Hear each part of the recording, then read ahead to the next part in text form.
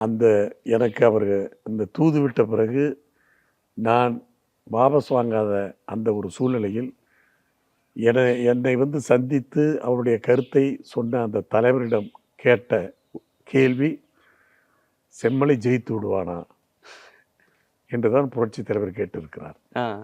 அவர்கள் இல்லை, மக்களுடைய ஆதரவு அமோகமாக இருக்கிறது, செம்மலை வெற்றி பெற்று விடுவார் என்று அவரை சந்தித்த அந்த தலைவர்கள் சொன்ன பிறகு நீங்கள் நம்ப மாட்டீர்கள், அதுதான் புரட்சி தலைவர் எம்ஜிஆர் என்னை எதிர்த்து தேர்தல் பிரச்சாரம் செய்யவில்லை. இங்கே வரவே இல்லை, பிரச்சாரமே இல்லை. அதுவும் சொல்லப்போனால் அப்பொழுது புரட்சித் தலைவர் எம்ஜிஆரோடு மிக நெருங்கிய அரசியல் தலைவராக இருந்த கம்யூனிஸ்ட் கட்சியினுடைய தலைவர் எம் கல்யாண சுந்தரம், அவருடைய கட்சி வேட்பாளர் தான் என்னை கேட்டார். அவர் கூட எவ்வளவு கேட்டு பார்த்து விட்டார்.